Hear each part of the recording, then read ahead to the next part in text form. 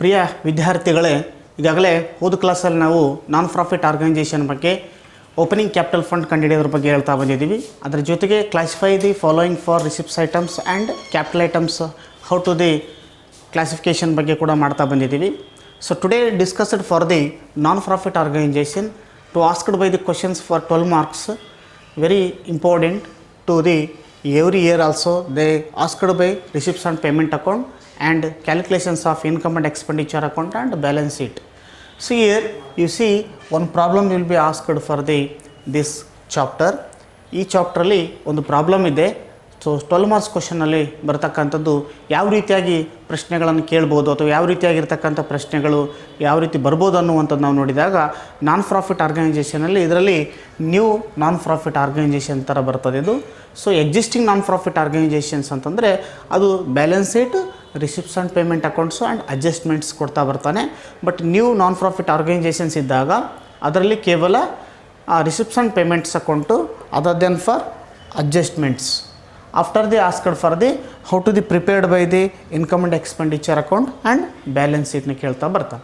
So today discussed for this problem for the non-profit organization in the 12 marks question. So ಇಲ್ಲಿ ಒಂದು problem ಕೊಟ್ಟಿದ್ದಾನೆ, ಅದನ್ನು discuss ಮಾಡ್ತಾ ಹೋಗೋಣ.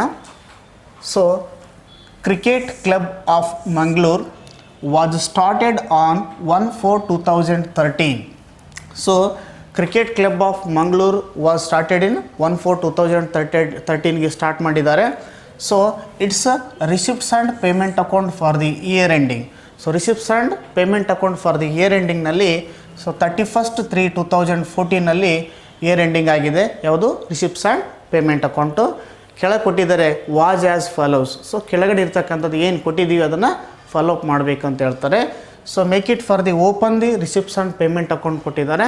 So receipts and payment account for the year ending 31/3/2014. So open the receipts and payment account, make the 4 columns. Take for the first one for left side receipts rupees, again payments and rupees. So receipts, rupees, payments and rupees column. Make it for the left hand is a debit and right side is credit. So debit and credit. So receipts, rupees, payment, rupees and debit and credit. There are 4 columns will be open. So next the question will be they asked for one by one what are the receipts and what are the payments of the items will be transferred to the income and expenditure account other than for balance sheet. So first one receipt side make for receipt side they open by the point number to the one by one because they transfer to the income and expenditure account will be payments. So payment ಸೈಡಲ್ಲಿ ಇರ್ತಕ್ಕಂಥ first discussion ಆಗ್ತವೆ. ಯಾಕಂದರೆ ಇಲ್ಲಿ expenditure ಆಗೋದ್ರಿಂದ expenditure rupees, income ರುಪೀಸ್ನ ಆ ಥರ calculation ಮಾಡ್ತಾ ಬಂದಿದ್ವಲ್ಲ. So make it for first side payment ಸೈಡ್ನಲ್ಲಿ ಇರ್ತಕ್ಕಂಥ ಐಟಮ್ಸ್ನ ಡಿಸ್ಕಸ್ ಮಾಡ್ತಾ ಹೋಗೋಣ. ಸೊ ಫಸ್ಟ್ ಒನ್ ಪೇಮೆಂಟ್ ಸೈಡಲ್ಲಿ number 1 tournament expenses. So tournament expenses it is one of the expenses. It is a transfer to the balance sheet of liability side. So liability side balance sheet liability ಸೈಡ್ನಲ್ಲಿ tournament fund ಕೊಟ್ಟಿದ್ದರೆ, so tournament fund ಕೊಟ್ಟಿದ್ದರೆ tournament ಫಂಡ್ನಲ್ಲಿ tournament ಎಕ್ಸ್ಪೆಂಡಿಚರ್ನ deduction ಮಾಡಿ balance ಶೀಟ್ನ liability ಸೈಡ್ನಲ್ಲಿ ಔಟ್ರ್ ಕಾಲಮ್ನಲ್ಲಿ ತೊಗೊಳ್ಬೇಕು. ಅದನ್ನು ₹10,300 ಕೊಟ್ಟಿದ್ದಾರೆ. ಟೂರ್ನಮೆಂಟ್ ಎಕ್ಸ್ಪೆನ್ಸ್ನ ಡಿಡಕ್ಷನ್ ಮಾಡ್ತಾ ಬರಬೇಕು. So second one furniture. So furniture also the fixed asset. So ಇದು ಫಿಕ್ಸ್ಡ್ ಅಸೆಟ್ ಆಗಿದೆ ಅಂತ ಕರಿತೀವಿ. ಆ ಫಿಕ್ಸ್ಡ್ ಅಸೆಟ್ ಕೂಡ furniture transfer to the balance sheet in the asset ಸೈಡಲ್ಲಿ ತೊಗೋಬೇಕು. In case of depreciation for the furniture, so in case any depreciation ಏನಾದರೂ ಕೊಟ್ಟಿದ್ದಂದರೆ so how much percentage of depreciation or amount of depreciation, ಕೆಲವೊಮ್ಮೆ percentage ಕೊಟ್ಟಿರ್ತಾನೆ, ಕೆಲವೊಮ್ಮೆ amount ಕೊಟ್ಟಿರ್ತಾನೆ. So deductions of the value on the bases of furniture, percentage or amount. So percentage ಕೊಟ್ಟರೆ total ವ್ಯಾಲ್ಯೂಗೆ percentage calculation ಮಾಡ್ಕೊಂಡು ಡಿಪ್ರಿಷಿಯೇಷನ್ನ ತೆಗಿಬೇಕು. ಅಡ್ಜಸ್ಟ್ಮೆಂಟಲ್ಲಿ ಕೊಟ್ಟಿರ್ತಾನೆ. ಸೊ ಅದರಲ್ಲಿ ಫರ್ನಿಚರ್ ಅಮೌಂಟು ₹15,300 ಇದೆ. ಸೊ ಇದನ್ನು ಟ್ರಾನ್ಸ್ಫರ್ ಟು ದಿ ಬ್ಯಾಲೆನ್ಸ್ ಶೀಟಿಗೆ ಟ್ರಾನ್ಸ್ಫರ್ ಮಾಡಬೇಕು. ಇನ್ ಕೇಸ್ ಡಿಪ್ರಿಷಿಯೇಷನ್ ಅಮೌಂಟ್ ಕೊಟ್ಟು ಡಿಡಕ್ಷನ್ ಮಾಡಿ ಔಟ್ರ್ ಕಾಲಮಿಗೆ ಕೂಡ ಹಾಕಬೇಕು. But depreciation amount transfer to the expenditure. So ಅದೆಲ್ಲಾಗುತ್ತೆ ಅಂದರೆ expenditure column, income and expenditure ಮಾಡ್ತೀವಲ್ಲ, ಎಕ್ಸ್ಪೆಂಡಿಚರ್ ಕಾಲಮ್ನಲ್ಲಿ ಡಿಪ್ರಿಷಿಯೇಷನ್ ಅಮೌಂಟ್ನ ತೋರಿಸ್ಬೇಕಾಗತ್ತೆ. So next one, sports equipment. So sports equipments also one of the very important to the our equipment, because the club members or any organizations for used by the sports equipments. So some sports equipment value of 30,100, this is also the transfer to the balance sheet in asset side, rupees 30,100. So next one coming for honorarium. So very important, honorarium. Honorarium, it is a payment or render to the service to concern him. So it is a render to the ಅಂದರೆ service oriented ಪರ್ಪೋಸಲ್ಲಿ ಏನಾದರೂ amount received ಕೊಟ್ಟಾಗ, payment ಮಾಡಿದಾಗ ಅದು ಏನಂತ ಕರಿತೀವಿ ಅಂದರೆ ನಾವು ಆನರೇರಿಯಮ್ ಅಂತ ಕರಿತೀವಿ. So honorarium it is one of the expenditure ಅಂತ ಕರಿತೀವಿ. Some expenditure will transfer to the receipt side, sorry expenditure side. Income and expenditure ಮಾಡಬೇಕಾದ್ರೆ ಎಕ್ಸ್ಪೆಂಡಿಚರ್ ಸೈಡ್ನಲ್ಲಿ ಆನರೇರಿಯಮ್ ಅಮೌಂಟ್ ಎಷ್ಟಿದೆ 14,000 ಅಮೌಂಟ್ನ ತೋರಿಸ್ಬೇಕು. So next one, other expenses. So other expenses also, some in case of any expenditure also received by the non-profit organizations or trusts or clubs. So some expenditure also treated to the our income and expenditure account or expenditure side ನಲ್ಲಿ ತೋರಿಸ್ಬೇಕು. Income and expenditure ಅಕೌಂಟ್ನಲ್ಲಿ expenditure side other expenses ಎಷ್ಟಿದೆ 6,000 ಇದೆ, ಆ 6,000ನ ತೋರಿಸ್ತಾ ಬರಬೇಕು. Next one, printing. So printing also one of the expenditure. So that is opened by the income and expenditure account ನಲ್ಲಿ expenditure side ನಲ್ಲಿ printing expenses or printing ಅಂತೇಳಿ ಅದನ್ನು ತೋರಿಸ್ಬೇಕು. ಎಷ್ಟಿದೆ 1,200 rupees ತೋರಿಸ್ತಾ ಬರಬೇಕು. ಅದರ್ವೈಸ್ ಫಾರ್ ಪ್ರಿಂಟಿಂಗ್ನಲ್ಲಿ any in case of adjustment for outstanding printings in case ಇದ್ದರೆ, ಸೊ ಇಲ್ಲಿ ಕೊಟ್ಟಿದ್ದಾನೆ. ಸೊ ಎಕ್ಸ್ಪೆನ್ಸಸ್ ಆಫ್ ಔಟ್ಸ್ಟ್ಯಾಂಡಿಂಗ್ ಎಕ್ಸ್ಪೆನ್ಸಲ್ಲಿ ಪ್ರಿಂಟಿಂಗ್ ವ್ಯಾಲ್ಯೂ rupees 1,000 ಅಂತ ಕೊಟ್ಟಿದ್ದಾನೆ. ಸೊ ಅವಾಗ ಏನು ಮಾಡಬೇಕಂದ್ರೆ ನಾವು 1,000 rupees will be had for the printing to the expenditure side. So expenditure ಸೈಡ್ನಲ್ಲಿ ಇನ್ನರ್ ಕಾಲಮ್ನಲ್ಲಿ ಪ್ರಿಂಟಿಂಗ್ ಅಮೌಂಟ್ rupees ಎಷ್ಟಿದೆ 1,200 plus 1,000 value of had the total printing. Total amount take for the outer column of expenditure side. So next one, rent. So rent also one of the expenditure. That expenditure is also treated to the income and expenditure account ನಲ್ಲಿ expenditure side ನಲ್ಲಿ ತಗೋಬೇಕು. Rent amount rupees 2,500. ಇಲ್ಲಿ ಕೂಡ any outstanding rent ಏನಾದರೂ ಇತ್ತಂದರೆ ಅದನ್ನು ಕೂಡ had ಮಾಡ್ಕೋಬೇಕು. ಇಲ್ಲಿ ಔಟ್ಸ್ಟ್ಯಾಂಡಿಂಗ್ ರೆಂಟ್ ಯಾವ ಕೊಟ್ಟಿಲ್ಲ. So directly paid to the expenditure side rupees 2,500. So next one coming for by salaries. So salaries rupees 7,000 rupees they given. So salary also the amount paid to the rendered in the services, that amount will be the treated to the our expenditure. So some expenditures also the income and expenditure account ನಲ್ಲಿ expenditure side ನಲ್ಲಿ 2 salaries ಅಂತ ತೋರಿಸ್ಬೇಕು. 2 ಸ್ಯಾಲ್ರೀಸ್ನಲ್ಲಿ ಮತ್ತೆ ಏನಾದರೂ adjustment any outstanding salaries ಏನಾದರೂ ಕೊಟ್ಟಿದ್ದರೆ, so outstanding salaries ಕೊಟ್ಟಿದ್ದರೆ ಇಲ್ಲಿ ಕೊಟ್ಟಿದ್ದಾನೆ ಎಕ್ಸ್ಪೆನ್ಸಸ್, ಔಟ್ಸ್ಟ್ಯಾಂಡಿಂಗ್ ಎಕ್ಸ್ಪೆನ್ಸಸ್ಸಲ್ಲಿ ನಂಬರ್ 1 ಸ್ಯಾಲ್ರೀಸ್ rupees 2,500 ಅಂತ ಕೊಟ್ಟಿದ್ದಾನೆ. ಸೊ ಟೋಟಲ್ ವ್ಯಾಲ್ಯೂಸ್ ಎಷ್ಟಿದೆ 7,000 ಇದೆ. 7,000 outstanding expenditure rupees 2,500. So 2,500 plus 7,000 ಮಾಡಿದರೆ 9,500 ಟು ದಿ ಎಕ್ಸ್ಪೆಂಡಿಚರ್ ಸೈಡ್ನಲ್ಲಿ ನಾವು ಔಟ್ರ್ ಕಾಲಮ್ನಲ್ಲಿ ತೋರಿಸ್ಬೇಕಾಗುತ್ತೆ. So next one postage. So the postage also some of the expenses. So postage values it is a treated of the expenditure ಸೈಡ್ನಲ್ಲಿ postage ವ್ಯಾಲ್ಯೂನ ತೋರಿಸ್ಬೇಕು. But that postage value some cases of closing postage ಏನಾದರೂ ಇದ್ದರೆ ಇಲ್ಲಿ ಒಂದು ಅಡ್ಜಸ್ಟ್ಮೆಂಟಲ್ಲಿ ಕೊಟ್ಟಿದ್ದಾನೆ. So stamp postage and stamp on rupees 100 ಅಂತ ಕೊಟ್ಟಿದ್ದಾನೆ. ಸೊ ಅಲ್ಲೇನಿಷ್ಟಿದೆ ಪೋಸ್ಟೇಜ್ ವ್ಯಾಲ್ಯೂ rupees 330 rupees ಇದೆ. ಅದರಲ್ಲಿ deductions of value 100 for the postage of closing ಹ್ಯಾಂಡ್ನಲ್ಲಿ ಇದೆ. ಹಾಗಾಗಿ ಅದು ಕ್ಲೋಸಿಂಗ್ ಆಗಿರುತ್ತೆ. 100 rupees ಡಿಡಕ್ಷನ್ ಮಾಡಿದ್ರೆ ರಿಮೈನಿಂಗ್ ವ್ಯಾಲ್ಯೂ 230 rupees, 230 ರೂಪಾಯಿ ರಿಮೈನಿಂಗ್ ಬೀಳುತ್ತೆ. ಅದನ್ನು ಟ್ರಾನ್ಸ್ಫರ್ ಟು ದಿ ಎಕ್ಸ್ಪೆಂಡಿಚರ್ನಲ್ಲಿ ಟ್ರಾನ್ಸ್ಫರ್ ಮಾಡಬೇಕು. So next one fixed deposit in bank. So fixed deposit in bank, it is one of the current asset. It is a transfer to the balance sheet of asset side. ಹೌದಾ, current asset ಆಗಿದ್ದರಿಂದ ಇದನ್ನ ಏನು ಮಾಡ್ತೀವಿ ಅಂದರೆ deposit to the ಅವ್ರ ಬ್ಯಾಂಕ್ನಲ್ಲಿ deposit ಆಗಿದ್ದರಿಂದ ಅದನ್ನು ನಾವು ಏನಂತ ಟ್ರೀಟ್ ಮಾಡ್ತೀವಿ, ಕರೆಂಟ್ ಅಕೌಂಟ್ ಅಂತ ಟ್ರೀಟ್ ಮಾಡ್ತೀವಿ. ಕರೆಂಟ್ ಅಸೆಟ್ ಅಂತ ಟ್ರೀಟ್ ಮಾಡೋದ್ರಿಂದ ಅದನ್ನು ಬ್ಯಾಲೆನ್ಸ್ ಶೀಟ್ನಲ್ಲಿ ಅಸೆಟ್ ಸೈಡ್ನಲ್ಲಿ fixed deposit in bank rupees 30,000 ಅಂತ ತೋರಿಸ್ಬೇಕು.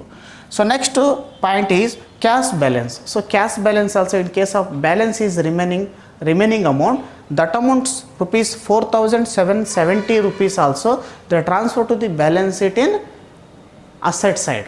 ಸೊ ಬ್ಯಾಲೆನ್ಸ್ ಶೀಟ್ನಲ್ಲಿ ಅಸೆಟ್ ಸೈಡ್ನಲ್ಲಿ ಇದನ್ನು ಕೂಡ ನಾವು ಕ್ಯಾಶ್ ಬ್ಯಾಲೆನ್ಸ್ ಎಷ್ಟಿದೆ ಅಂತೇಳಿ ತೋರಿಸ್ಬೇಕಾಗತ್ತೆ. ಹಾಗಾಗಿ ಈ ಅಮೌಂಟ್ ಅದು 4,770 ರೂಪಾಯಿ ಹಣವನ್ನು ಕೂಡ ಅಮೌಂಟನ್ನು ಕೂಡ ನಾವು ಎಲ್ಲಿ ಮಾಡಬೇಕಂದ್ರೆ ಬ್ಯಾಲೆನ್ಸ್ ಶೀಟ್ನಲ್ಲಿ ಅಸೆಟ್ ಸೈಡ್ಗೆ ಟ್ರಾನ್ಸ್ಫರ್ ಮಾಡ್ತಾ ಬರಬೇಕು. So this is for the payments, that means expenditure ಅಂತ ಕರಿತೀವಿ. ಆ ಪೇಮೆಂಟ್ಸಲ್ಲಿ ಬರ್ತಕ್ಕಂಥ ಪ್ರಾಬ್ಲಮಲ್ಲಿ ಬರ್ತಕ್ಕಂಥ ಐಟಮ್ಸ್ ಯಾವಿದಾವೆ ಅನ್ನೋದನ್ನು ನಾವು ಡಿಸ್ಕಸ್ ಮಾಡ್ತಾ ಬಂದಿದ್ವಿ. So next coming for receipt side, very important. Receipts it is a transfer to the incomes ಅಂತ ಕರಿತಾ ಬರ್ತೀವಿ ನಾವು. ರಿಸಿಪ್ಟ್ಸ್ ಇರ್ತಕ್ಕಂಥವು ಇನ್ಕಮ್ ಆಗ್ತಾ ಬರ್ತವೆ. ಅವು ಯಾವಿದಾವೆ ಇನ್ಕಮಲ್ಲಿ ಬರುವಂಥವು ಅಂದರೆ take for one by one ಅದನ್ನು ನೋಡ್ತಾ ಹೋಗೋಣ. So first one, to donations ಅಂತ ಕರಿತಾ ಬರ್ತೀವಿ. ಸೊ ಡೊನೇಷನ್ ಅಂದರೆ ಅದೊಂಥರ ದೇಣಿಗೆ ಅಂತ ಕರಿತಾ ಬರ್ತೀವಿ. ಇದರಲ್ಲಿ there are 2 types of donations also received. First one there special donations ಅಂತ ಇರ್ತದೆ. So special donations it nothing but it's a purpose of special purposes. In case of the construction to the building, construction to the swimming pool, construction to the other any some items are alternative for the buildings also. But general donations also received. It is one of the small amount also received. That also they fixed, or in case of the used by the donations amount. So ಆ donations amount ಎಲ್ಲಿಗೆ ಆಗುತ್ತೆ ಅಂದರೆ it is a transfer to the balance sheet. So balance ಶೀಟ್ನಲ್ಲಿ transfer to the balance sheet, liability ಸೈಡ್ನಲ್ಲಿ capital ಫಂಡಲ್ಲಿ transfer ಮಾಡ್ತಾ ಬರ್ತೀವಿ. So capital ಫಂಡ್ನಲ್ಲಿ donation ಅಂತ ತೊಗೊಳ್ತಾ ಬರ್ತೀವಿ. ಎಷ್ಟಿದೆ ಡೊನೇಷನ್ಸ್ ಅಮೌಂಟು? 60,000, 60,000 ಇದೆ. 60,000 it is A capitalised item ಅಂತ ಕರಿತಾ ಬರ್ತೀವಿ. ಹಾಗಾಗಿ ಅದನ್ನು ಕ್ಯಾಪಿಟಲೈಸ್ಡ್ 60,000 ಕ್ಯಾಪಿಟಲ್ ಫಂಡ್ ಬ್ಯಾಲೆನ್ಸ್ ಶೀಟ್ನಲ್ಲಿ ಓಪನ್ ಮಾಡ್ತೀವಲ್ಲ, ಬ್ಯಾಲೆನ್ಸ್ ಶೀಟ್ನಲ್ಲಿ ಲಯಬಿಲಿಟಿ ಸೈಡ್ನಲ್ಲಿ 60,000 ನಾವು ಕ್ಯಾಪಿಟಲ್ ಫಂಡ್ನಲ್ಲಿ ತೋರಿಸ್ತಾ ಬರ್ತೀವಿ. So next one, tournament fund. So tournament fund also one of the fund the received by the some activities, tournament activities is also the given. Some activities also they arises or received by the some fund amount. That fund amount will be transferred to the balance sheet of liability side. So balance ಶೀಟ್ನಲ್ಲಿ liability ಸೈಡ್ನಲ್ಲಿ ನಾವು tournament ಫಂಡನ್ನು ತೋರಿಸ್ತಾ ಬಂದೀವಿ. ಆ tournament fund 22,000 ರೂಪಾಯಿ ಕೊಟ್ಟಿದ್ದಾನೆ. Liability ಸೈಡ್ನಲ್ಲಿ balance ಶೀಟ್ನಾಗ liability ಸೈಡ್ನಲ್ಲಿ 22,000 ರೂಪಾಯಿ ಅದು ಟೂರ್ನಮೆಂಟ್ ಫಂಡ್ ಇನ್ನರ್ ಕಾಲಮ್ನಲ್ಲಿ ತೊಗೋಬೇಕು.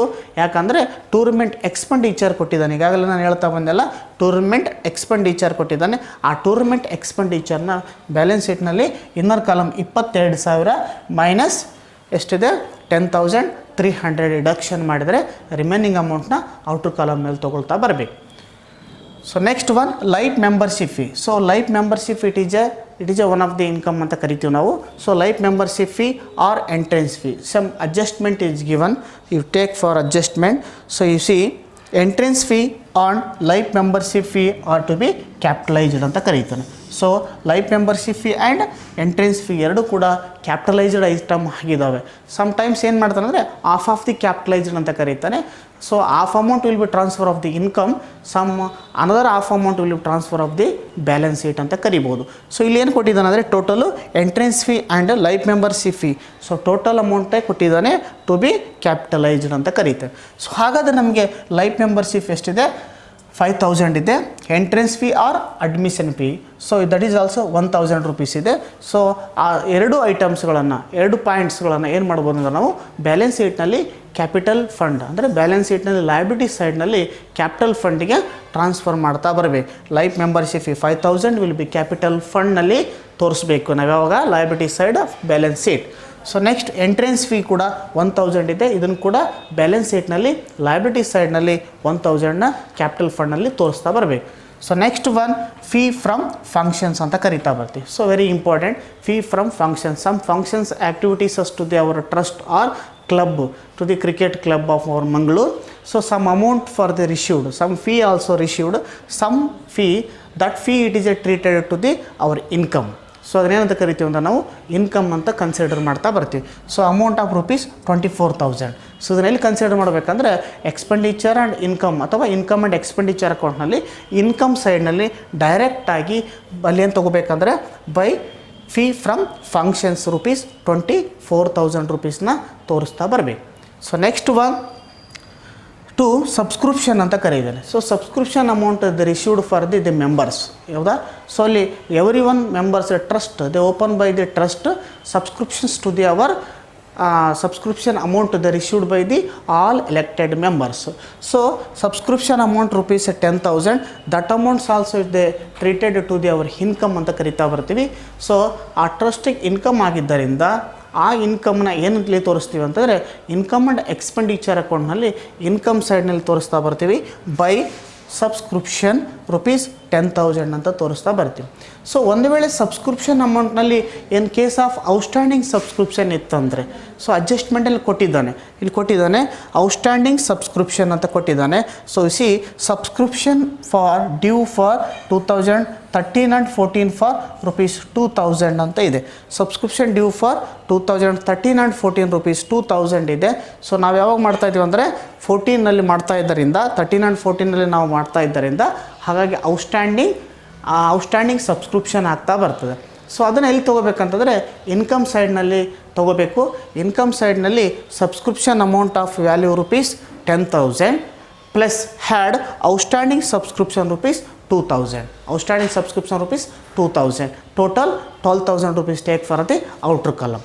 So in case of subscription amount received in advance ಅಂತ ಏನಾದರೂ ಕೊಟ್ಟಿದ್ದಂದರೆ so advanced value of rupees 2014 and 15 ಅಂತ ಕೊಟ್ಟಿರ್ತಾನೆ ಕೆಲವೊಂದು ವರ್ಷದಲ್ಲಿ. ಸೊ ಅವಾಗ ಏನಾಗುತ್ತೆ ಅಂದರೆ that amount will be treated to the advance amount. So ಆವಾಗ ನಾವೇನು ಮಾಡ್ತೀವಿ ಅಂದರೆ 10,000 rupees plus had 2,000 outstanding minus in case of advance amount ಎಷ್ಟು ಕೊಟ್ಟಿದ್ದಾರೆ ಸೊ ಆ ಅಮೌಂಟ್ನ ನಾವೇನು ಮಾಡಬೇಕಂದ್ರೆ ಕನ್ಸಿಡ್ರೇಷನ್ ಮಾಡ್ತಾ ಬರ್ತೀವಿ. ಬಟ್ ಇಲ್ಲಿ ಏನು ಅಡ್ವಾನ್ಸ್ ಅಮೌಂಟ್ ಕೊಟ್ಟಿಲ್ಲ, ಅದು ಎಕ್ಸಿಸ್ಟಿಂಗ್ ಪ್ರಾಬ್ಲಮ್ನಲ್ಲಿ ಜಾಸ್ತಿ ಬರ್ತದೆ, ಅವಾಗ ಮುಂದೆ ನೋಡ್ತಾ ಹೋಗೋಣ. But just for subscription amount ಕೊಟ್ಟಿದ್ದಾನೆ, ಆ subscription amount 10,000 rupees for income ಸೈಡ್ನಲ್ಲಿ ಇನ್ನರ್ ಕಾಲಮ್ನಲ್ಲಿ 10,000 ತೊಗೋಬೇಕು ಪ್ಲಸ್ ಅಥವಾ had rupees 2,000 for outstanding subscription amount ತೊಗೋಬೇಕು. ಔಟ್ಸ್ಟ್ಯಾಂಡಿಂಗ್ ಸಬ್ಸ್ಕ್ರಿಪ್ಷನ್ ರುಪೀಸ್ ಇನ್ಕಮ್ ಸೈಡ್ನಲ್ಲಿ ಹ್ಯಾಡ್ ಮಾಡಿದರೆ ಟೋಟಲ್ 12,000 ರೂಪೀಸ್ನ ಔಟರ್ ಕಾಲಮ್ ತೊಗೊಳ್ತಾ ಬರಬೇಕು. So after the problem will be discussions to the our calculations of the our problem ಅಂತ ಕರಿತಾ ಬರ್ತೀವಿ. ಸೊ ಇಷ್ಟು ಏನಿದೆ ಅಂತಂದರೆ ಪ್ರಾಬ್ಲಮ್ಸ್ ಕೇಳಿರ್ತಕ್ಕಂಥ ಒಂದು ಪ್ರಾಬ್ಲಮ್ ಇದೆ. ಸಮ್ ಅಡ್ಜಸ್ಟ್ಮೆಂಟ್ ಕೂಡ ನಾವು ನೋಡ್ತಾ ಒನ್ ಬೈ ಒನ್ ನೋಡ್ತಾ ಬಂದಿದ್ದೀವಿ ಹೌದಾ. ಇಲ್ಲಿದೆಲ್ಲ ಔಟ್ಸ್ಟ್ಯಾಂಡಿಂಗ್ ಎಕ್ಸ್ಪೆನ್ಸಸ್ ಅಂತ ಕೊಟ್ಟಿದ್ದಾನೆ. ಸ್ಯಾಲ್ರಿ 2,500 ಅಂತ ಹೇಳಿದೀವಲ್ಲ, 2,500 ಸ್ಯಾಲ್ರಿನ ನಾವೆಲ್ಲಿ ಮಾಡ್ತೀವಿ ಎಕ್ಸ್ಪೆಂಡಿಚರ್ನಲ್ಲಿ ಸ್ಯಾಲ್ರಿ ಒಳಗೆ ಪ್ಲಸ್ ಔಟ್ಸ್ಟ್ಯಾಂಡಿಂಗ್ ಸ್ಯಾಲ್ರಿನ 2,500ನ ಹ್ಯಾಡ್ ಮಾಡ್ತಾ ಬರ್ತೀವಿ. ಇಲ್ಲಿ ಕೊಟ್ಟಿದ್ದಾನೆ ಎಷ್ಟಿದೆ ಸಮಥಿಂಗ್ ಫಾರ್ 7,000 ಇದೆ. ಸೊ ಅದನ್ನು 2,700 ಹ್ಯಾಡ್ ಮಾಡಿದ್ರೆ 9,500. ಸೊ ಪ್ರಿಂಟಿಂಗ್ ಆಲ್ಸೋ ಎಕ್ಸ್ಪೆಂಡಿಚರ್ ನೋಡ್ತೀವಿ 1,000 ಇದೆ. ಇನ್ ಕೇಸ್ ಔಟ್ಸ್ಟ್ಯಾಂಡಿಂಗ್ ಪ್ರಿಂಟಿಂಗ್ ಎಷ್ಟಿದೆ 1,200 ಇದೆ. ಅದನ್ನು 1,000 ರೂಪೀಸ್ನ ಔಟ್ಸ್ಟ್ಯಾಂಡಿಂಗ್ ಅಂತ ಟ್ರೀಟ್ ಮಾಡ್ತೀವಿ, ಅದನ್ನು ಕೂಡ ಎಕ್ಸ್ಪೆಂಡಿಚರ್ನ ಕೌಂಟ್ ಮಾಡ್ತೀವಿ. So next subscription due to 13 and 14 for 2,000 ಅಂತ ಜಸ್ಟ್ ಹೇಳಿದ್ನಲ್ಲ, ಇದನ್ನು ಕೂಡ ಔಟ್ಸ್ಟ್ಯಾಂಡಿಂಗ್ ಸಬ್ಸ್ಕ್ರಿಪ್ಷನ್ ಅಂತ ಕರಿತೀವಿ. ಇದರ ಇನ್ಕಮ್ ಸೈಡ್ನಲ್ಲಿ ಸಬ್ಸ್ಕ್ರಿಪ್ಷನ್ನಲ್ಲಿ ಪ್ಲಸ್ ಔಟ್ಸ್ಟ್ಯಾಂಡಿಂಗ್ ಸಬ್ಸ್ಕ್ರಿಪ್ಷನ್ ಅಂತೇಳಿ ತೋರಿಸ್ತಾ ಬರ್ತೀವಿ. ಎಷ್ಟು 2,000 ಅಂತ ತೋರಿಸ್ತಾ ಬರ್ತೀವಿ. ಪ್ಲಸ್ ಟೋಟಲ್ ಮಾಡಿ ಔಟ್ರ್ ಕಾಲಮ್ಗೆ ಹಾಕ್ತೀವಿ. ಅದರಲ್ಲಿ ಒಂದು ವೇಳೆ ಅಡ್ವಾನ್ಸ್ ಅಮೌಂಟ್ ಏನಾದರೂ ಕೊಟ್ಟಿದ್ದಾರೆ ನೆಕ್ಸ್ಟ್ ಇಯರ್ ಅಡ್ವಾನ್ಸ್ ಇತ್ತಂದರೆ ಆ ಟೋಟಲ್ ಇರ್ತಕ್ಕಂಥ ಸಬ್ಸ್ಕ್ರಿಪ್ಷನ್ ಅಮೌಂಟು ಪ್ಲಸ್ ಔಟ್ಸ್ಟ್ಯಾಂಡಿಂಗ್ ಸಬ್ಸ್ಕ್ರಿಪ್ಷನ್ನು less advanced of subscriptions to the next year ಅಥವಾ ನೆಕ್ಸ್ಟ್ ಇಯರ್ ಇರ್ತಕ್ಕಂಥ ಸಬ್ಸ್ಕ್ರಿಪ್ಷನ್ ಅಮೌಂಟ್ ಎಷ್ಟಿದೆ ಅದನ್ನು ತೆಗೆದು ರಿಮೈನಿಂಗ್ ಅಮೌಂಟ್ನ ಔಟ್ರ್ ಕಾಲಮಿಗೆ ತೋರಿಸ್ತಾ ಬರ್ತೀವಿ. So next sports equipment. So ಇಲ್ಲಿದೆ ಸ್ಪೋರ್ಟ್ಸ್ ಇಕ್ವಿಪ್ಮೆಂಟ್ ವ್ಯಾಲ್ಯೂ 25,100 ಇದೆ.